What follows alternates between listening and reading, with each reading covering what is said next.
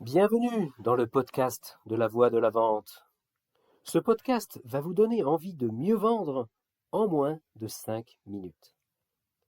Aujourd'hui, je vous emmène à la rencontre d'un inventeur. Un de mes amis a développé un système révolutionnaire dans son domaine.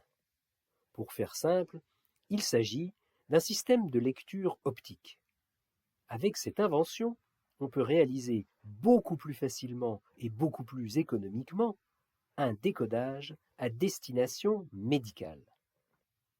Les clients potentiels se trouvent parmi les fabricants de robots. S'ils incorporent ce composant dans leur machine, ils améliorent sa performance de façon exponentielle. Et il a réussi à convaincre un de ses fabricants.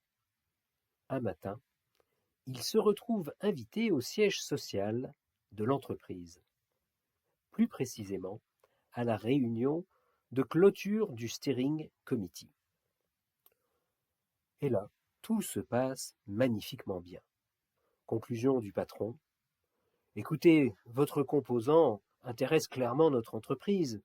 Vous avez vu les résultats que nous venons de vous présenter. C'est vraiment très intéressant. C'est même bluffant, à la limite du compréhensible. Mais bon, ça marche, c'est reproductible, nous avons fait suffisamment de tests pour nous en persuader, et nous avons donc pris la décision de l'incorporer dans une partie de notre gamme de robots dans un premier temps. Mais il reste un sujet que nous n'avons pas encore véritablement abordé. Ça coûte combien? Mon copain prend une grande respiration et il se lance. Eh bien, nous avons fait plusieurs simulations. Pour une quantité de pièces d'environ 1000, il faut compter un prix unitaire de 55 €.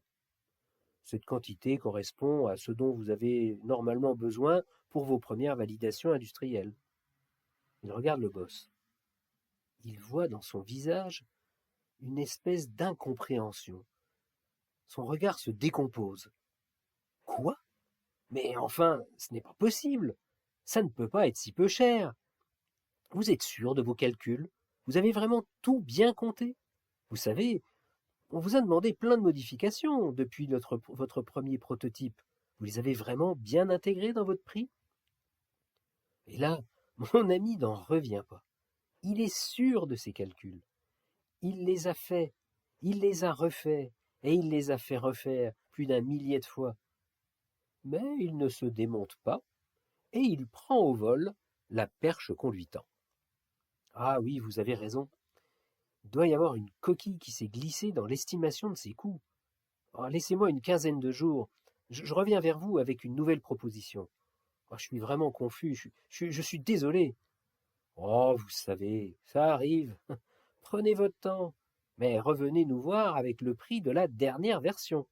Mon équipe va vous renvoyer le descriptif de ce que nous voulons véritablement. Comme ça, nous serons sûrs qu'il n'y a pas d'erreur.